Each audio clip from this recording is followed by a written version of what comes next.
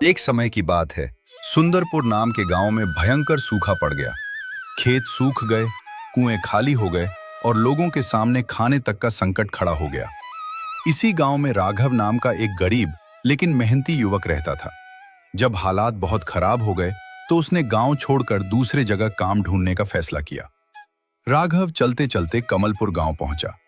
वहां उसका कोई जान पहचान नहीं था, न ही रहने का ठिकाना। काम की तलाश में भटकते भटकते वो एक अमीर किसान धनराज मालिक के घर पहुंच गया। मालिक जी, मैं दूसरे गांव से आया हूं। वहां अकाल पड़ा है। अगर कोई काम मिल जाए तो बड़ी कृपा होगी, राघव ने विनम्रता से कहा।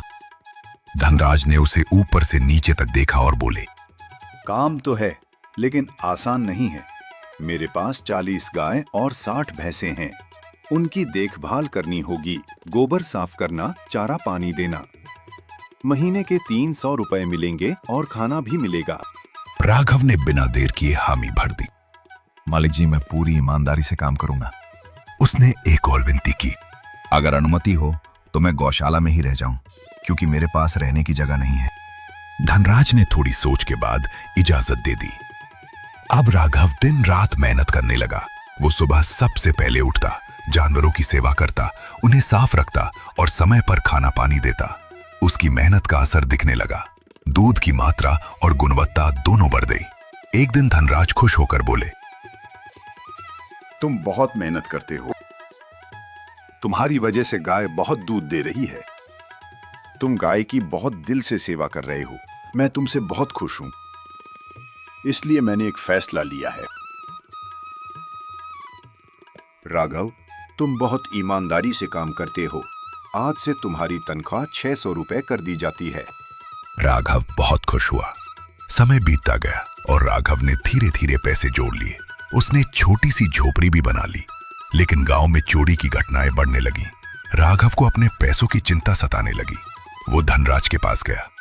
मालिक जी, मुझे डर है कि मेरे पैसे चोरी हो जाएंगे। धनराज ने सलाह दी, तुम अपने पैसे गांव के जमींदार वीरेंद्र सिंह के पास रख दो। लोग कहते हैं कि वो बहुत ईमानदार हैं। तुम्हारा पैसा वहां सुरक्षित रहेगा।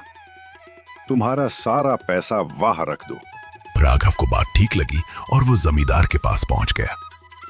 जमींदार साहब, मैंने मेहनत से कुछ पैसे जमा किए हैं, कृपया उन्हें सुरक्षित रख लीजिए। राघव ने कहा।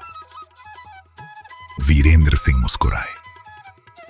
चिंता मत करो, तुम्हारा धन सुरक्षित रहेगा। राघव ने 6200 रुपए की थैली उन्हें सौंप दी और निश्चिंत होकर लौट गया। 2 साल बीत गए। अब राघव ने सोचा कि अपने पैसों से जमीन खरीदकर खेती शुरू करे। वो जमींदार के पास पहुंचा और बोला, मुझे अपने पैसे वापस चाहिए। लेकिन जमींदार ने पहचानने से इनकार कर दिया। कौन हो तुम? कोई सबूत है? राघव गिड़गिड़ाने लगा, लेकिन जमींदार ने अपने आदमियों से उसे पिटवा दिया। बेचारा राघव घायल होकर घर लौट आया। जब धनराज को यह बात पता चली तो उन्हें बहुत दुख हुआ। उन्होंने कहा, राघव, चिंता मत करो, मैं तुम्हारे पैसे वापस दिलवाऊंगा। फिर उन्होंने एक योजना बनाई। अगले दिन धनराज एक बड़ा सूटकेस भरकर पैसे लेकर जमींदार के पास पहुंचे। मैं कुछ महीनों के लिए बाहर जा रहा हूं। ये 50,000 रुपए आपके पास सुरक्षित रखना चाहता हूं। उन्होंने कहा। जमींदार लालच में आ गया और तुरंत तैयार हो गया। तभी वहां राघव भी आ गया। जमींदार तुरंत बोला, अरे राघव, मुझे माफ कर दो, उस दिन गलती हो गई।